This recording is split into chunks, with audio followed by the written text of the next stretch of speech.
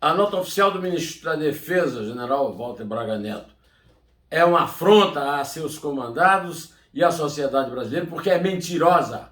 Ela comemora um golpe contra a democracia como se fosse uma conquista democrática. É mentira! E é uma mentira grave que precisa ser punida. Este é, em resumo, o principal assunto desses 2 dias. Eu quero esclarecer a você que me acompanha, que é fiel, que comenta, que elogia, que eu não gravei na quinta-feira, 31 de março, que é o dia do aniversário do golpe que o Walter Braga quer saudar como um avanço democrático, porque eu tinha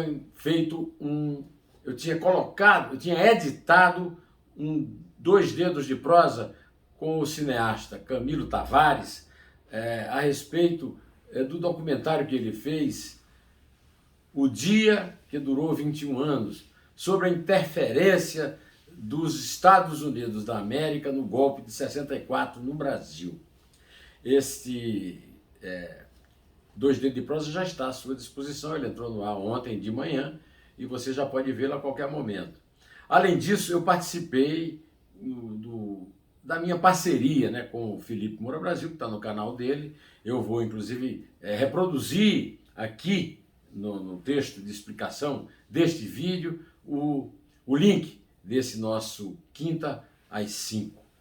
Um outro link que eu vou pôr é o link do meu artigo sobre essa interferência americana. É o artigo semanal que eu escrevo no blog do site Estação José Neumann e Pinto, e eu vou reproduzir aqui também para que você possa ler o artigo que se chama O Golpe de Tio Sam em 64.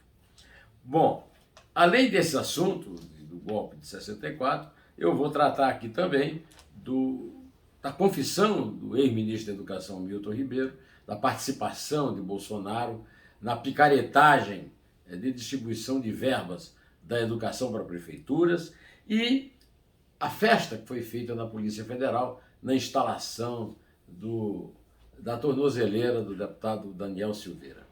Mas antes de fazer tudo isso, eu quero agradecer muito a sua permanência aqui no canal José Neumann e Pinto, um dos meus 318 mil inscritos, com a sua colaboração, com a sua participação, e quero agradecer a força que você sempre dá.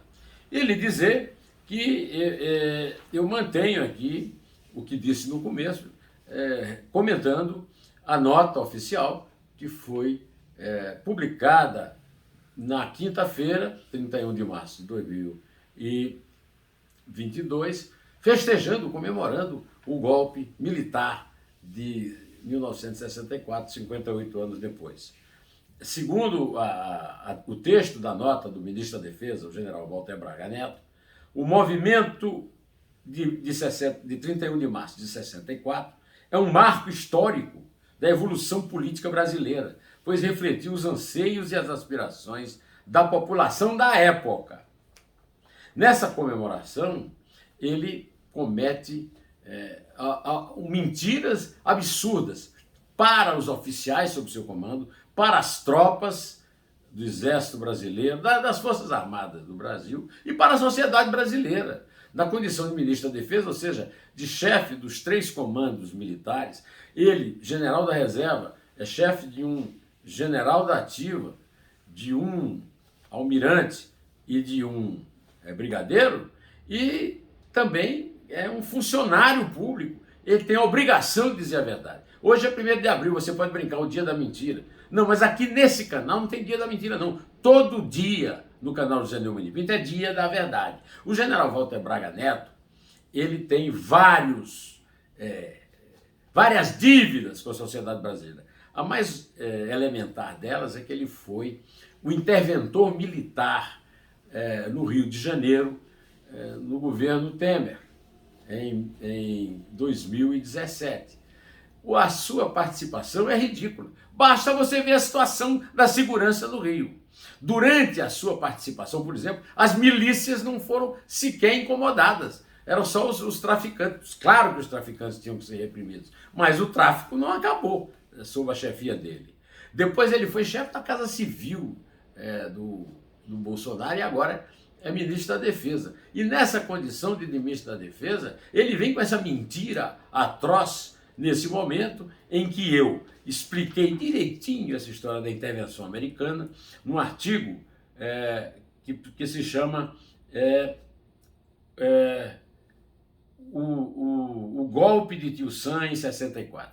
Esse artigo, basicamente, ele fala, primeiro, eu faço nesse artigo uma reclamação de que nos 58 anos do golpe, todo ano teve comemoração em nota de comando militar. É claro que durante a ditadura, nenhum presidente ia cometer o engano de criticar alguém. Mas, pelo amor de Deus, nós já estamos sob a vigência da Constituição, que foi promulgada em 1988. E antes disso, desde a chamada Nova República, né? Quando o Sarney, depois da Nova República, o Itamar, não, aí veio o Fernando Collor, Itamar, todos os presidentes eleitos pelo voto. E esses presidentes eleitos pelo voto, né? O Fernando Collor, o Itamar, o Fernando Henrique, o Lula, a Dilma, o Temer, nenhum desses civis tratou desse assunto. Puxou a orelha de algum militar que mentiu desbragadamente. Inclusive, eu já me referi aqui a você ao Dois Dedos de Prosa que eu fiz com o Camilo Tavares, filho do jornalista Flávio Tavares, que foi vítima da Revolução de 64, era gloriosa, né? E estava exilado no México quando nasceu Camilo, o diretor do documentário que mostra, revela para o público do cinema brasileiro, desde que foi lançado, as conversas no Salão Oval da Casa Branca entre os presidentes John Kennedy e Lyndon Johnson e o embaixador dos Estados Unidos no Brasil, Lincoln Gordon. Essas conversas mostram claramente que não houve um golpe militar e civil brasileiro. Houve uma intervenção dos Estados Unidos da América na Guerra Fria, com motivos apoiados na Guerra Fria, no Brasil, um país que teoricamente era independente e parceiro dos Estados Unidos. Com medo da repetição de uma nova Cuba, os americanos gastaram 11 milhões de dólares, que era muito dinheiro na época, para financiar um pronunciamento militar que começou a ser preparado em 61, quando o João Goulart assumiu no lugar de Jânio Quadros. Só que o João Goulart era um presidente constitucionalmente eleito, porque ele era vice na chapa do Jânio, que tomou posse e renunciou. E quando assumiu, debaixo de muita oposição militar, ele sofreu muita oposição dos Estados Unidos, e o documentário do Camilo Tavares mostra claramente que essa intervenção foi feita para defender interesses de grandes conglomerados, de grandes empresas americanas. Não foi nada para fazer eleição em 65, toda aquela bobagem que até hoje os militares vivem pregando. Então, aliás, eu quero, nesse caso, dizer o seguinte: Bolsonaro não é o único presidente que, por ser de direita, aceitou passivamente as mentiras contadas por Walter Braga Neto. Todos os seus antecessores também fizeram isso. O Bolsonaro exagera, né? Ontem, quinta-feira, dia 31 de março, ele disse que no governo militar não aconteceu nada, e disse o seguinte: o Congresso, com quase 100% dos presentes, elegeu Castelo Branco presidente à luz da Constituição. Não, a Constituição garantia a permanência de João Goulart até 66, ou seja, em 65 haveria uma eleição, os candidatos eram Carlos Lacerda e Juscelino Kubitschek. Isso foi interrompido pelos militares, foi uma ditadura com mortes, torturas, perseguição, cassação de mandatos, etc. Não foi um avanço democrático. Agora o Bolsonaro está certo. O Juscelino Kubitschek, por exemplo, ele era senador e votou na prorrogação, votou no Castelo Branco para presidente e foi cassado pelos militares. Assim como o Lacerda, que seria seu adversário, também foi e que apoiou o golpe. Então, essa história do golpe, precisa ser bem contado. Se você tiver afim, veja lá aqui mesmo no meu canal a entrevista do Camilo, você vai entender melhor o que o filme mostra. Tratando de assuntos agora da hora, eu quero dizer que o Milton Ribeiro, ex-ministro da Educação, prestou depoimento à Polícia Federal, em que confessou que realmente o Bolsonaro recomendou que ele recebesse o pastor Gilmar Santos, que na companhia do pastor Ailton Moura andaram trocando verbas federais, sem serem funcionários, sem ter autorização nenhuma para isso, por propinas. Propina em ouro, propina em dinheiro, propina em bíblias impressas com a foto do Milton Ribeiro. O Milton Ribeiro disse que a declaração dele, que foi gravada para prefeitos, foi gravada, que foi publicada, mas foi retirada do contexto. É a velha desculpa daqueles que são pegos em flagrante e que acham que o crime deles não foi ter cometido o crime, foi ter sido pego em flagrante. Né? Também houve, agora, recentemente, nestes dias, nesta semana, a decisão do Alexandre de Moraes de impor tornozeleiras ao deputado bolsonarista Daniel Silveira. Daniel Silveira passou uma noite na Câmara, mas quando o Alexandre de Moraes impôs uma sanção financeira pesada por dia que ele não usasse tornozeleira, ele foi correndo para a Polícia Federal por tornozeleira. E lá foi recebido como um hóspede, né? Uma coisa que precisa ser registrada aqui. E depois foi para o Palácio do Planalto, também recebido como uma pessoa de bem, um grande brasileiro e tal. Enquanto isso, os ministros do Supremo começaram a votar a decisão do Alexandre de Moraes e a apoiá-la. A maioria já apoiou. Então ele já tem a obrigação de usar a tornozeleira. Eu só quero lembrar que tornozeleira é piada, né? Porque vocês acham que algum agente da Polícia Federal passa 24 horas por dia acompanhando alguém numa tornozeleira? Ou vai acompanhar na tornozeleira um cara que eles festejam lá com cafezinhos e outras grandes salamaleques?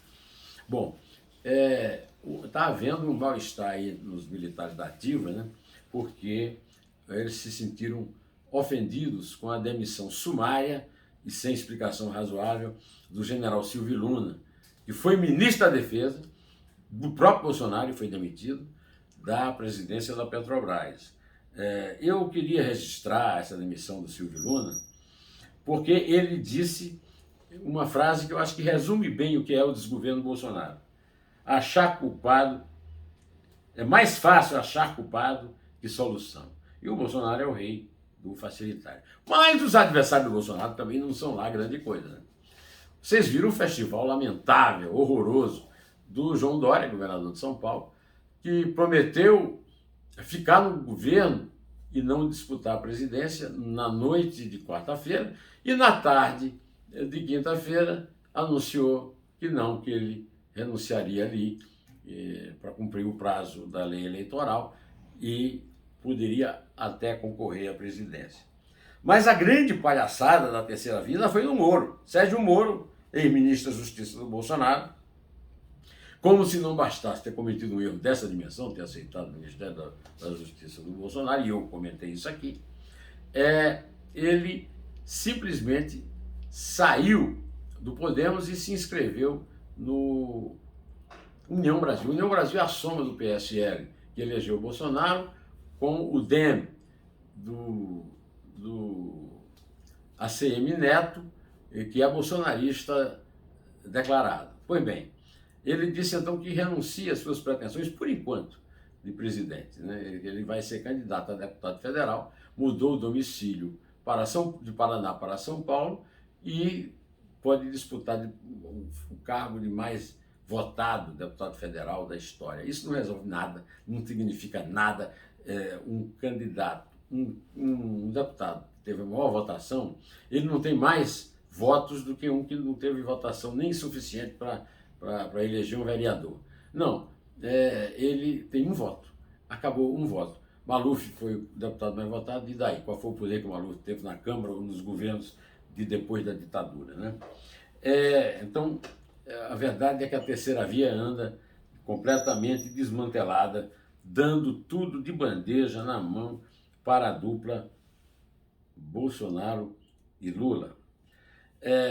como eu falei para vocês, esse assunto aí, eu comentei ontem com o Felipe Moura Brasil no Quinta e 5. O Quinta e 5, que é transmitido ao vivo toda quinta-feira às 5 horas da tarde no canal do Felipe Moura Brasil, de ontem, debateu vários assuntos, mas o principal assunto foi esse, da virada na terceira via. Antes de encerrar, eu vou com um assuntinho aqui de futebol, né? O Palmeiras e o Flamengo, os dois times que se consideram os melhores do Brasil, estão com grande dificuldade de ganhar os campeonatinhos estaduais. Todos os dois precisam de fazer 3 gols para ganhar no campo. 2 gols e ganhar nos pênaltis. E o São Paulo e o Fluminense mostraram que não eram presas tão fáceis. O caso do Flamengo, tudo se deveu a mais uma bobeada de um jogador do Flamengo. O Fluminense, se for campeão, né, impedindo que o Flamengo seja tetra, seloar pelo erro terrível do Léo Pereira, assim como o outro Pereira, o Andréas Pereira, foi responsável pela perda da Libertadores da América contra o Palmeiras. O Palmeiras também abusou da empáfia e o São Paulo ganhou por 3-1. Vai ter que fazer 3 gols no campo, ou então 2 gols e ganhar nos pênaltis. Bom, eu vou ficando por aqui, convidando você para ver a magnífica entrevista do Carlos Aires Brito, ex-presidente do Supremo, o Dois Dedos de Prosa com o Camilo Tavares, que eu já lhe falei. Para este fim de semana, eu tenho reservado para sábado, amanhã, dia 2, 15 horas, a entrevista do advogado Almir Pazianotto Pinto, que tem tudo a falar sobre Revolução de 64, Lula, etc. E agora eu me enganei, porque eu falei que o Dois Dedos de Prosa da semana passada foi o do Camilo, não foi. Foi do Edmar na Lisboa Baixa, com suas memórias da infância em Lambari até o Plano Real. O desta semana, sim, já está no ar desde quinta-feira de manhã, dia 31 de março, 58º aniversário do golpe, com Camilo Tavares. Convido vocês, vão ver muita coisa importante. Eu vou ficando por aqui, direto ao assunto. Em té!